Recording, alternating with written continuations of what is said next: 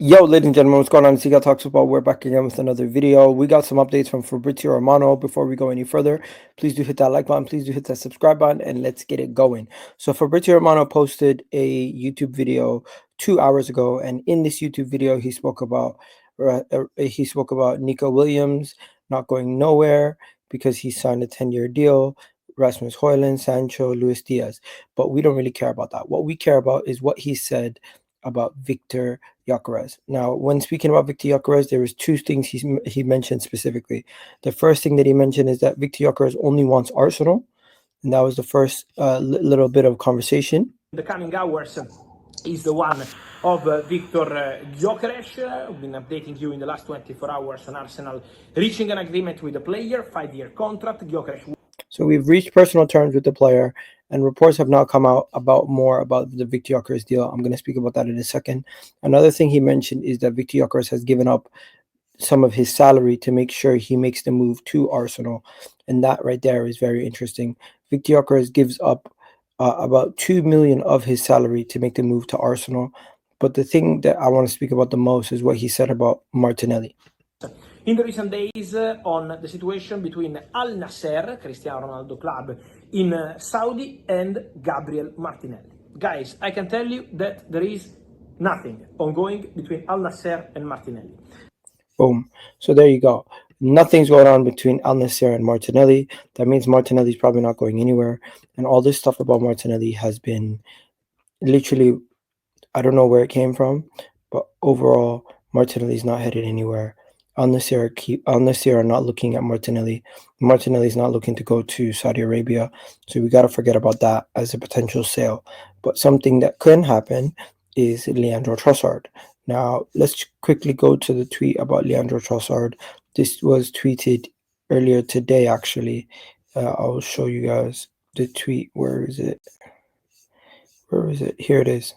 So this was tweeted earlier today discussing possible transfers, and one of the transfers was an update on Martinelli's case. The update on Martinelli's case from this gentleman was, of course, none other than Leandro Trossard having two options. Those two options for Leandro Trossard were very clear, one of them being Fenerbahce, which Fenerbahce actually bid for Leandro Trossard yesterday. Fenerbahce apparently bid around 15 million euros for Leandro Trossard, and that happened yesterday around lunch, around 8 p.m. in the evening. You had £15 million bid coming for Fenerbahce for Leandro Trossard. Leandro Trossard to Turkey is a real possibility, and Leandro Trossard to Saudi Arabia is also a real big possibility. At this moment in time, we have to wait and see what happens with that, as Rasmus Højlund does not want to leave Manchester United. That's something completely different from us. Reports from this account here saying that after giving up his wages, Viktor Gyokeres will earn less than what Benjamin Sesko earns at RB Leipzig. So that is crazy to say. I don't know how much Benjamin Sesko earns currently at RB Leipzig. Let's find out. What's Benjamin Sesko's wages? Benjamin Sesko's wages currently are... Oh, shit. Sesko is currently on current wages at RB Leipzig. 1 second. Why is it? Oh, he's currently on 100K a week in euros. So that would be like 80K. That's hard to believe that Viktor Gyokeres is going to be joining us for less than 80K a week. How much is Viktor Gyokeres earning now at Sporting? That's interesting to say the least. How much is he earning? Wages. What is he earning? He's on 200K a week, apparently. I don't know. Something doesn't add up. No, he's currently on 40K a week right now at Sporting. So yeah, that makes sense. If we're doubling his wages, putting him on 80K, we're doubling his wages. But yeah, what else is there? Viktor Gyokeres, where is it? Here it is. Benjamin Sesko will not travel to Arsenal. RB Leipzig assessed the amount of assessed that the amount of 90 million euros plus reflected his market value. Arsenal pursued a cheaper alternative, and Viktor Gyokeres will play for a lot lower salary than Benjamin Sesko. So that is that. Really and truly, we spoke about it yesterday. Hand of Arsenal basically announced that the main reason why that happened is because, of course, Benjamin Sesko was being viewed as a very expensive signing, and the director of football at Leipzig would not change their mind. Where at Sporting, they've changed their mind and they're going to sell for a lot lower. As for Chelsea and Arsenal, as we spoke about yesterday, there's a 10 million valuation difference between the two clubs. Could that be 40 and 50, or could that be 30 and 40? We'll have to wait and see. But at this moment in time, there's a 10 million pound gap between what Chelsea want to sell the player for and what Arsenal want to buy the player for. Ivan Rakitic has retired. Shout out to him. This was the report from Give Me Sport earlier today, 3 hours ago, saying that negotiations continue with Arsenal on the verge. So we're going to have to wait and see. We're probably going to get a Here You Go later today. The reports are that the deal is going to be for around 65 million. That is a great deal for Arsenal, in my opinion. I would not be surprised if that's the final end price on what we negotiate for the deal. And reports are AC Milan manager Max Allegri confirmed that Leao will be staying. Rafa can do excellent things next season, and I'm sure I can bring out that extra something he is missing. So fair play. It looks like Leao is going to be staying. As for my understanding is that Leandro Trossard's new agent, Darknet, is gathering options for the Belgian international to leave Arsenal. So that's a situation right there. Martinelli, Fabrizio himself just came out and said that reports about Al Nassr are currently wide of the mark, so that's not going to happen. And no talks in place with the Saudi Pro Club side, Al Nassr, and are now working on different targets on the winger position. So Martinelli is probably going to be staying. Trossard's going to be the one most likely leaving. And Martinelli is going to most likely be a backup. More news on Partey. Partey, all clubs that offered Partey a contract offer have withdrawn their offers. The two Saudi Arabian clubs, the Spanish clubs, the Italian clubs. Thomas Partey is currently a free agent, and he has no suitors, as he's ongoing with his legal battle. Viktor Gyokeres is a battering ram type striker who's got 97 goals last season, and would that translate into the Premier League? This report came from Tom's Harris. A lot of people speaking about if Viktor Gyokeres' goals can translate. We're going to have to wait and see, but I am quite excited about the potential signing of Viktor Gyokeres, and I think people need to calm down with all the random comparisons to Darwin Núñez. Is there any more news? Al Ahly are in talks to sign Messi. That is insane. If Messi goes to that league, let's see. Madueke apparently is not homegrown. Madueke apparently is not considered a homegrown player. That is very interesting. Very interesting to say the least. That he's not considered a homegrown player.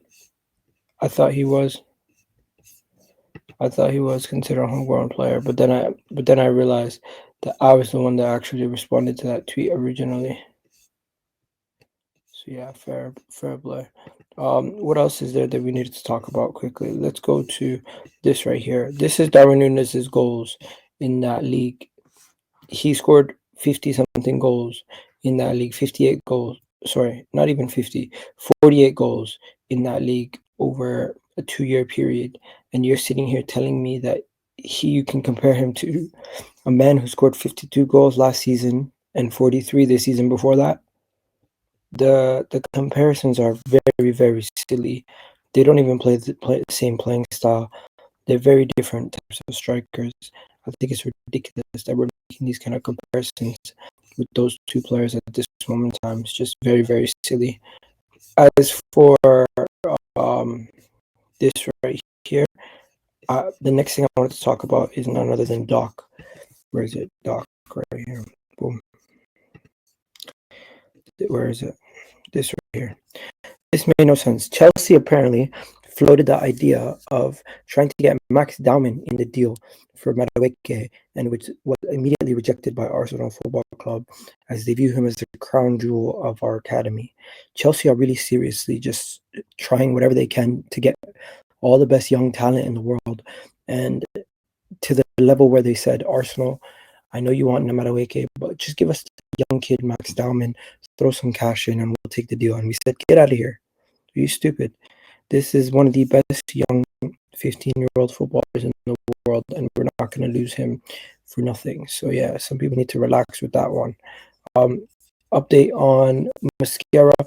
Arsenal are preparing the final offer to close the deal for Mosquera. This was reported earlier today. So we're going to have early in the morning last night.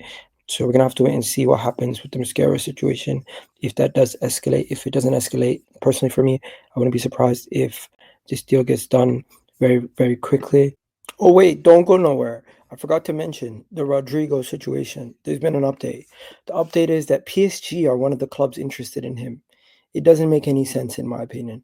PSG have made contact with Rodrygo's camp should he choose to leave Real Madrid, as per ESPN Brazil. So we'll wait and see what happens. We'll monitor the situation. But in my opinion, it doesn't make sense for PSG to go for Rodrygo.